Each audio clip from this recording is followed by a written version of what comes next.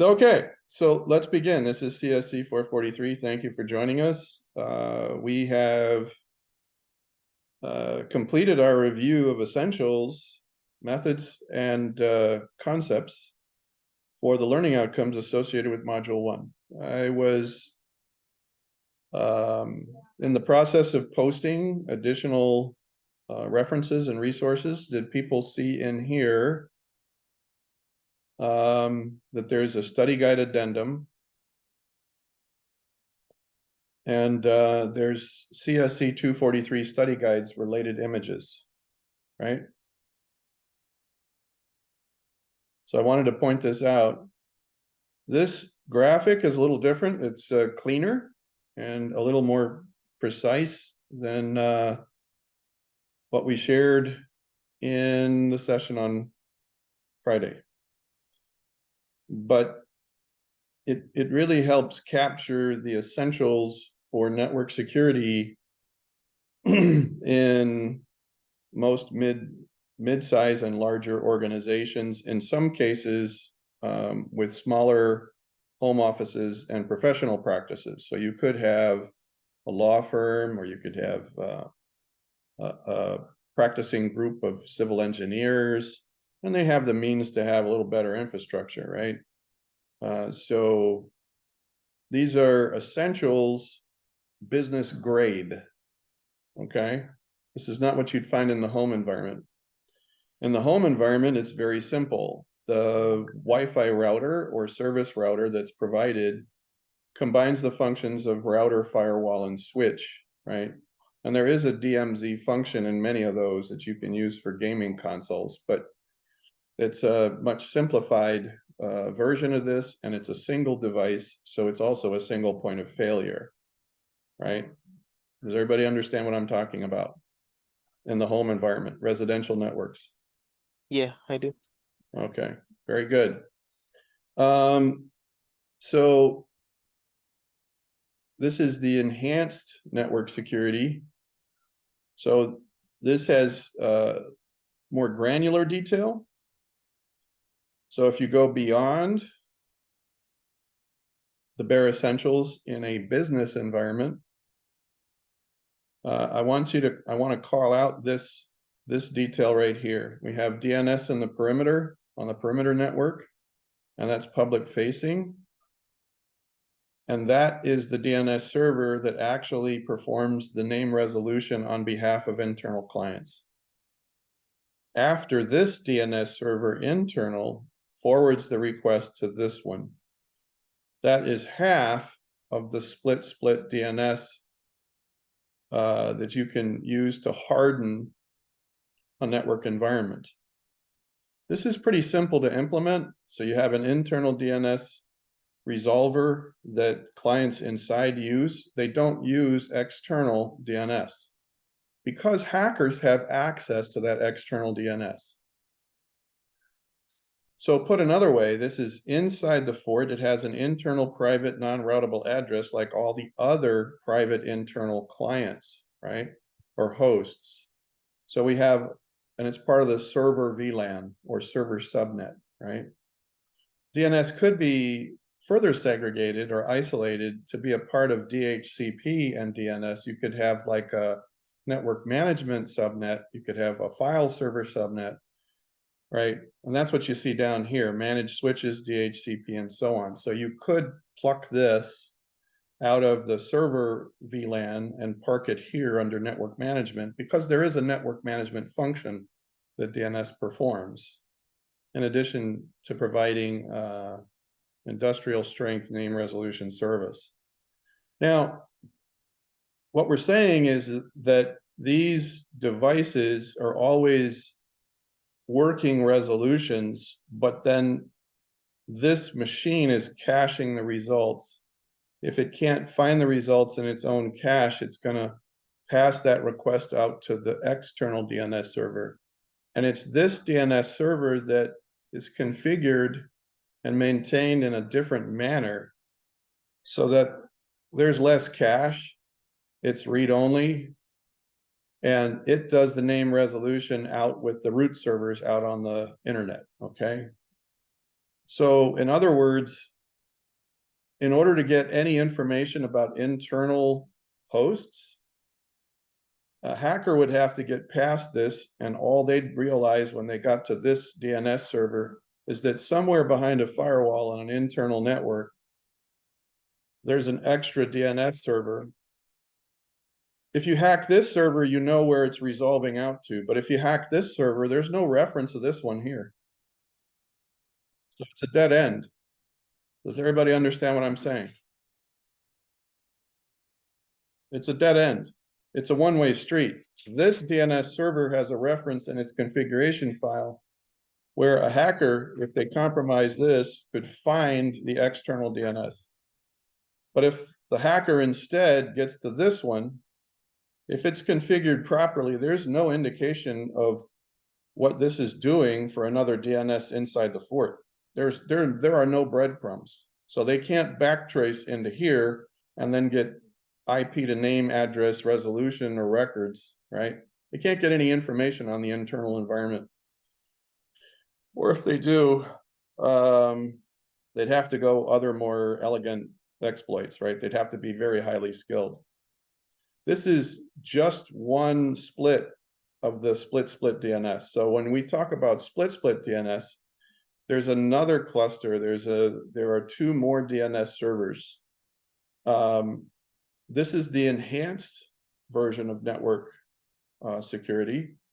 It's not the best practices for a corporate or government institution where split DNS is recommended. So this is what we call split DNS. It's not split DNS. There are many improvements. There's little overhead. It's easy to maintain. The resources required are nominal for that kind of an environment, right?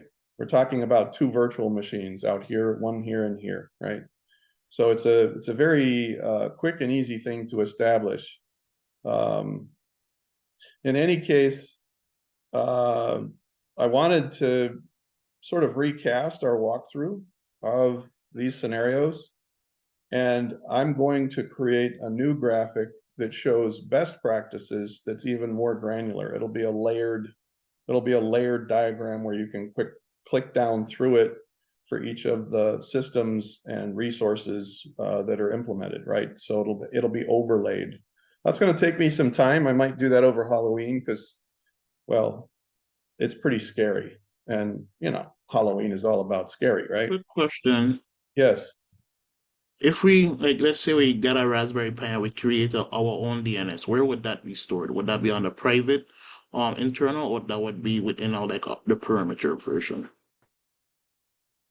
That's a great question. Under normal circumstances, let's go back to this diagram, right? Under normal circumstances, most home users or residential networks don't have, I mean, I guess it would be fair to say that some residential network users would be sophisticated enough to understand the idea of a DMZ. I think the typical placement is inside the fort.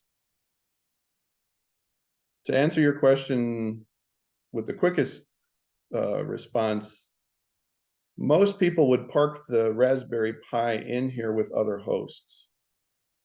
And what they would do on the router is establish the DNS entry in the DHCP scope so that the local hosts inside would point to the Raspberry Pi for their DNS.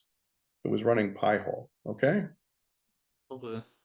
So, and you could do some very elegant things by running a second Pi-hole out here to accomplish a kind of split DNS. I mean, if you were serious about protecting the home network because, well, it's a home business, right?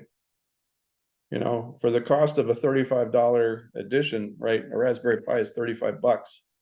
You're sort of implementing the concepts of split DNS, where the one that's out here in the DMZ is the one that's doing the resolving, and the one in here is referring to that one. So you would absolutely know. It would kind of be like an early warning system where you could you could capture events. Oh, something's going on with my network.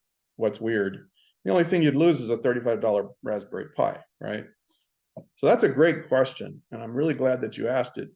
Ordinarily, we just park it here, and the wizards that you walk through anticipate that most home users would have it on the private internal network.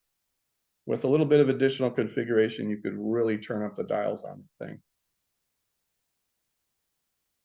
You could also establish separate VLANs for some of the Wi-Fi routers that are out there now. When you spend $300 or $400 on a Nighthawk, you know, it's a high-end router, and you go to Office Max and you put down some serious cheddar, you're gaining the benefit of some features that that could turn your internal home network into a Fort Knox with very little effort, right? Any other questions?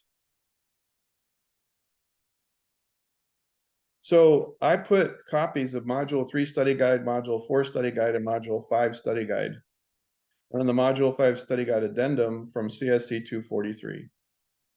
And I started to run to the screen to post your assessment. And then I thought, yeah, there's so much information in there. Most of it's review and most of it's refresher.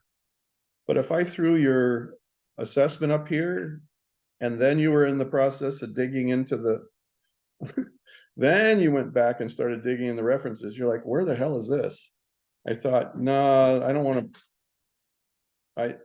I tell all my classes, I don't pull punches. You know, we're not going to have a session where we talk about concepts and methods, and then you get to the assessment, and you're looking at an item, and it's like, where the hell is this? You know, I've never seen this. So I want to prompt you to review. This is the 200 series network course from 2 years ago, but you want to refresh your trail. In particular, I think it's in this one. Let's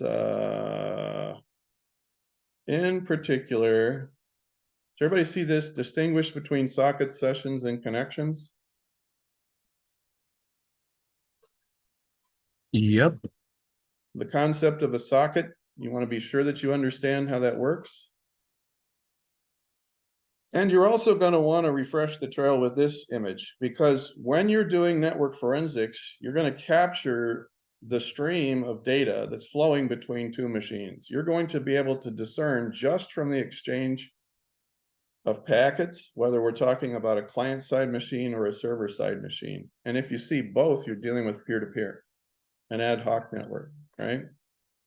So this is something I wanted to take some quality time to point out to you. The other thing that I'd share with you, if I can just get this crazy thing to not pop open here. Maybe it's in this one. Yeah, I think it's this one.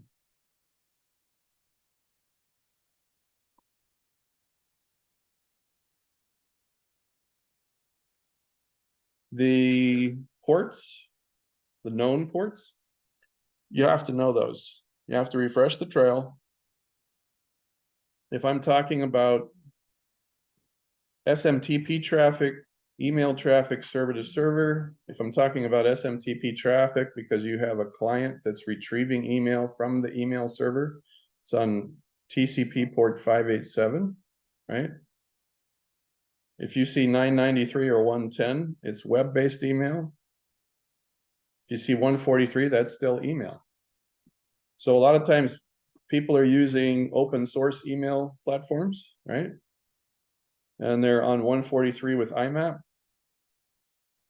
If you see 88 and 389 and 123 in your scans, it means that there's a domain environment that's exposed. It means that that company has its pants around its ankles and they're exposed out on the open internet. So if you scan a host and these pop up, that's an all stop. I need everybody to huddle. This is you are literally out on the open internet with your network pants down around your ankles. It's not a pleasant reality, but there are environments closer to home than you might realize where that's what's happening. And that's all I'm gonna say right now about that, okay? We'll get into that later. This one is a provocative one. NAS and iSCSI storage networks. So you have network stores where you share files. There's some really cute things you can buy and pick up on Amazon. You know what I'm talking about, multi-terabyte disks. Everybody has like a cloud backup in their own home. Does everybody know what I'm talking about there? Yeah. Okay, 860. If you see that on a host, you now know where all the cheddar is stored. You now know where everybody is storing their files on the network share. All right. So why are we doing this? Well, it's what the hackers are doing. If you see 81 and 82, you have Tor active in the environment. That's the dark web. That's the onion ring. That's what Tor stands for, right? Developed by the Naval Research Laboratory, US Department of Defense, 10 years ago, by our own government. They developed this technology because they wanted to be able to provide the means for like dark web transport with enslaved populations behind an iron curtain with a dictator kind of thing, right? And it got out on the open internet, and the rest is history. Everybody uses Tor to get out on the dark web now.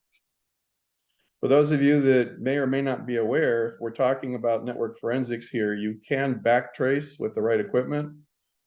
So it's not as anonymous as people think.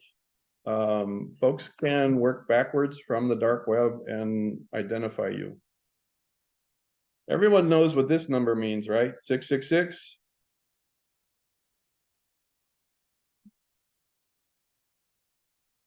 What do you think of when you see the number 666?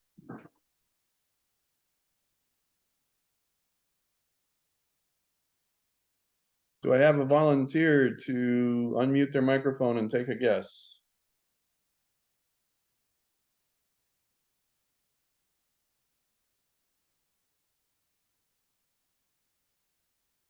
Are we still there? Can somebody unmute? Usually associated with dark. Yeah, evil, Yeah, the just devil. dark things, I guess. Yeah, that's the Yeah. mark of the devil.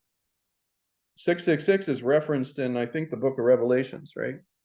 So it's associated with our adversary, the adversary of our souls, right? Person who tempts us to do naughty things all the time. The simple truth is, if you see 666 on our network scans, when you're doing network captures, that means somebody's been owned. It's not that they could have problems. They're having problems. That's another all stop, all stop, all stop. You ever see 666? That's an issue. This one is more common, and that one's easy to remedy. We've already covered that. What do you disable in your network properties to get rid of this right here? This is just a review now. The net BIOS. The net BIOS over TCP/IP. Thank you. Thank you. Good answer. Yes, that's correct. All right, so I want you to have more time to dig in here. There's one more segment in module 3 of the CSC material. It has to do with subnetting. So occasionally you'll run into subnetting and CIDR, where people are segmenting networks down internally. There's a great review for IPv6 and the differences there. More information about encapsulation. Where is it? It's in here. A little further on. Oh, there it is. Okay, so you have to be able to translate between different types, summary of TCP and UDP. You need to be able to, I'm thinking maybe this is in,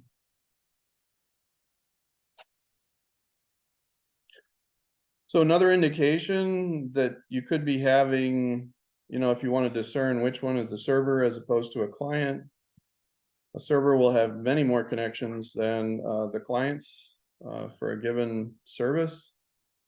There is a crosswalk between the 4-layer TCP suite, the 5-layer internet protocol, the internet stack that industry uses, and the OSI model.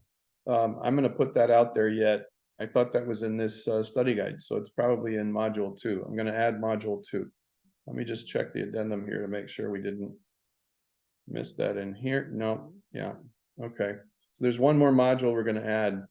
You need to refresh this content because half of your questions on the assessment will be drawn from these study guides. And I know that's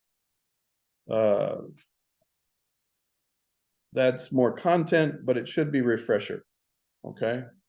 Should be refresher. And I'll go ahead and fish out module 2 where it explains the crosswalk between network models, all right? So what are we going to do with the rest of the class? I'm going to give you the rest of the class to get started on this. And then on Friday morning, I want you to be prepared to share your solutions on screen. We may or may not record this. So one thing you can do is tell me, we could have a quick vote right now. If you'd prefer not to record the shared screens, because I'm, you know, I usually post recordings on YouTube, right? I want to give you the opportunity to go back into module 1 solution and just kind of double check your results. Yeah. Because when I ask you to share your results on the screen, what I want to do is walk through the remedies for anything that we encounter, right? So the goal of the solution, remember, is to submit a first round of tasks 1 and 2, and then to have some quality time. And we're still going to do that, but we'll do it as we're coming off of the assessment. So my goal today, after I place the last reference, is to finish posting the assessment for this module. And you'll have between now and the end of the week through Saturday to complete the assessment. 11:59 p.m. this Saturday, which is the 16th, I believe. The 16th, yeah. On Friday, it's hands-on, it's open workshop, and I will be asking for people to share their screens. Now, I'll ask for volunteers, and I would prefer to have volunteers. But I want you to be prepared on Friday to share your screen if I pull your name from a hat. And we can turn off the recording, and we can keep it like a private session, if you would prefer, just in case we encounter something provocative and you'd rather not have that be a part of a YouTube experience. Now, I will tell you this. Sometimes the provocative that we discover, it's very invigorating, and it's a very teachable, very important thing to share, right? So it's kind of like watching the Russian hackers on your virtual machine in class while we're in class, right? So it can be intoxicating in one sense, but we don't want anybody to feel put on the spot. Does everybody understand what I'm getting at here? Don't want anyone put on the spot. No one. But I do want you to be able to share your screen within our class. And what I'd like to do is pose 2 questions in the chat right now, and I'd like you to respond.